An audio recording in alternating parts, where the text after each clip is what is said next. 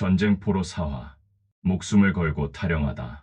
강계 방면으로 후퇴하던 날 밤은 어둡고 흐려서 10m 앞도 채 보이지 않았다. 나는 짐이 무거워 행군 도중 자꾸 옆으로 기울어져 몹시 애를 먹었다. 걸으면 걸을수록 짐이 점점 더 기울어졌다. 소대장에게 짐을 다시 꾸려 가지고 가겠다고 말했지만 소대장은 그럴 시간이 없으니 그대로 가. 라고 독촉을 하였다. 그러나 나는 더 이상 버틸 수가 없었다. 나는 애라 모르겠다 하는 심정으로 신장로 2개 잠시 멈춰 서서 짐을 내려놓았다. 나는 서둘러서 짐을 꾸리고 나서 다시 걸쳐 메었다. 몸을 고추 세우고 앞을 보니 우리 부대는 어느새 저 많이 멀어져 버렸다. 그리고 뒤를 돌아보니 뒤따라오는 부대와도 사이가 제법 멀리 떨어져 있었다. 그 순간 나는 갑자기 때는 바로 이때다. 라는 생각이 퍼뜩 떠올랐다.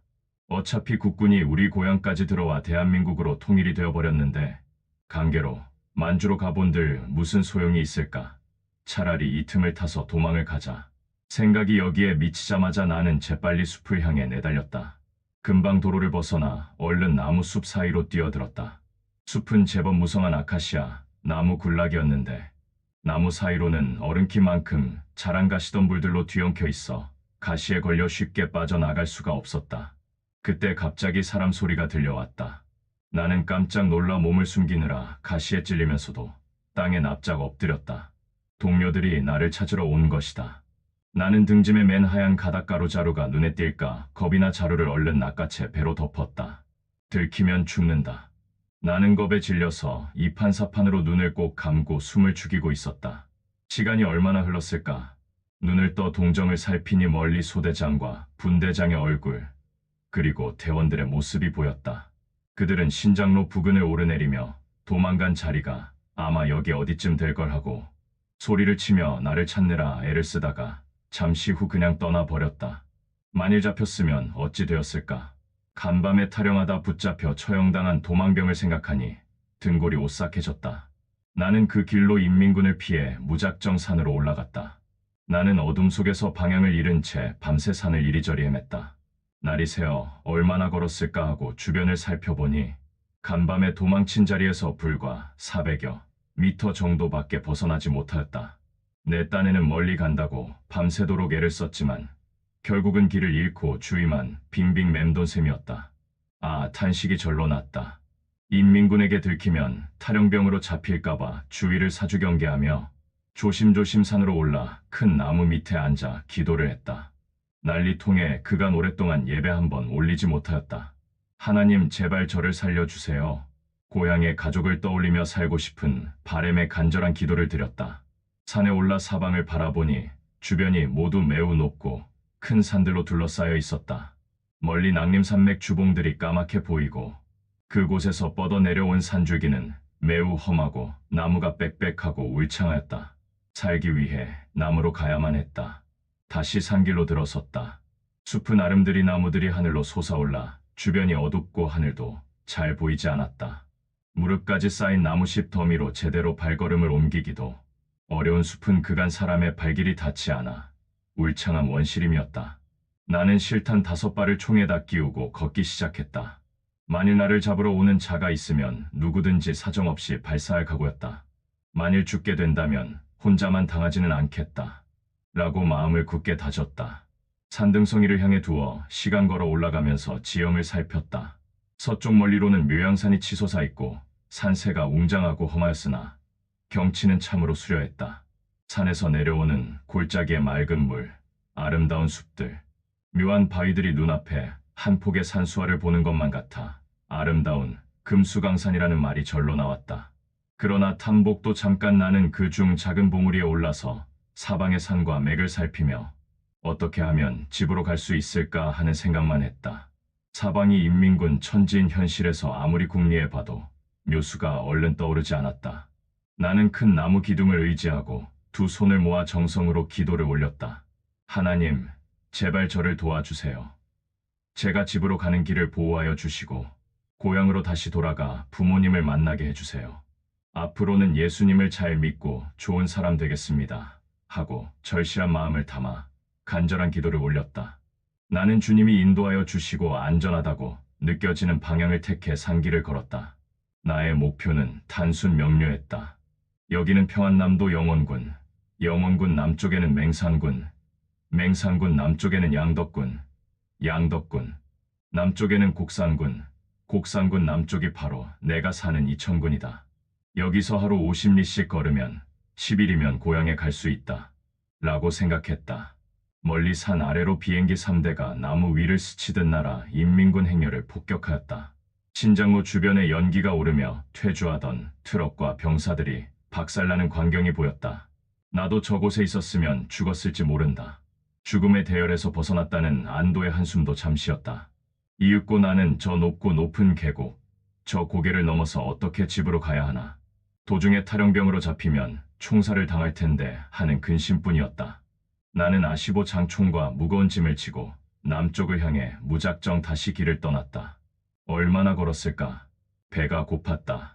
나는 허기를 면하려고 등에 지고 가던 음식을 꺼내 먹었다. 그리고 다시 길을 걷기 시작했다. 그런데 인민군 병사들이 산으로 올라오는 것이 눈에 띄었다.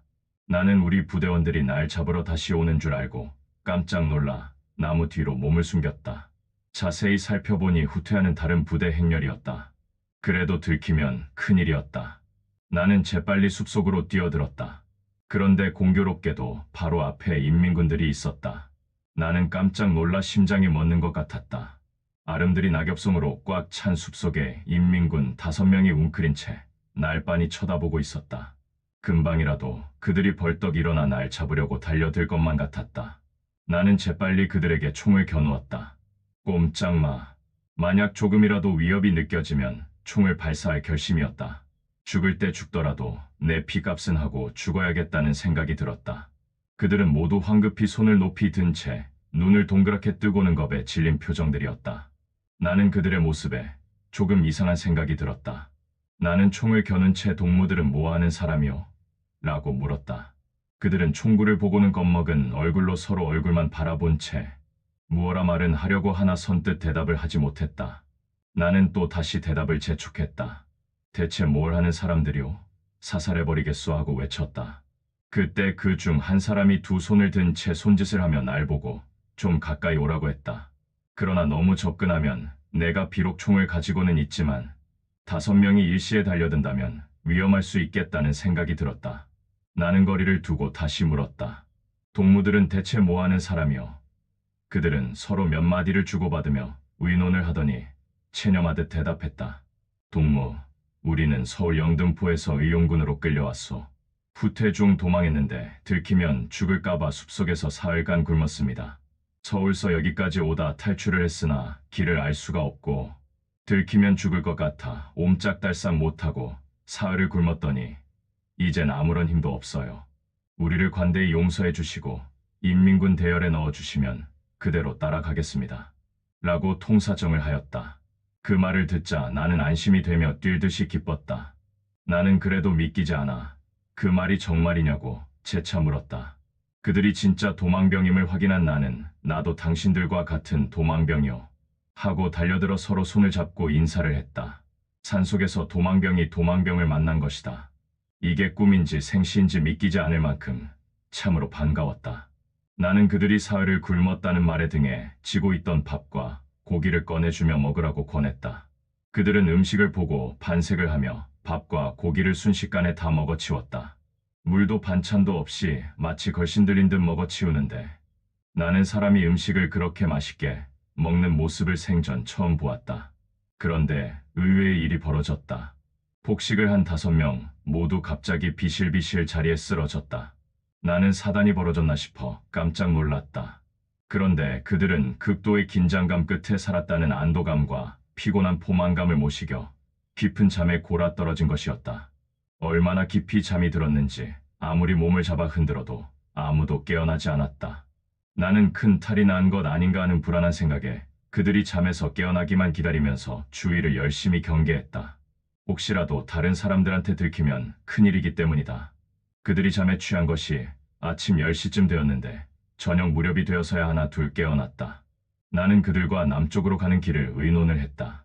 유엔군이나 국군을 만날 때까지 어떻게 하면 인민군에게 들키지 않을까 하는 궁리를 했다. 그들은 무기도 하나 없고 가진 것은 오로지 담배뿐이었다. 그들이 살려줘서 고맙다며 내게 담배를 주었지만 나는 담배를 피우지 않았기에 사양했다. 나는 곰곰이 생각한 탈출 방안을 그들에게 제안했다. 서울로 가려면 황해도 땅이나 강원도 땅을 밟지 않고는 갈 수 없으니 내가 하자는 대로 합시다. 동무들은 계급도 없고 무장도 안 했으니 이제부터 나보고 어디서나 분대장 동무라고 부르시오. 우린 언제나 분대 행동을 해서 누가 보더라도 탈영병이라는 표시가 안 나게 합시다. 탈영병인 것이 드러나면 우리는 모두 총살을 당할 것이오. 난 강원도 이천군에 사는데 우리 군 남쪽은 경기도 연천군이 가까워요. 그리고 연천군 남쪽은 양주군, 양주군 남쪽은 서울이요. 그러니 강원도 우리 집으로 가서 며칠 푹 쉬고 서울로 가도록 하시오.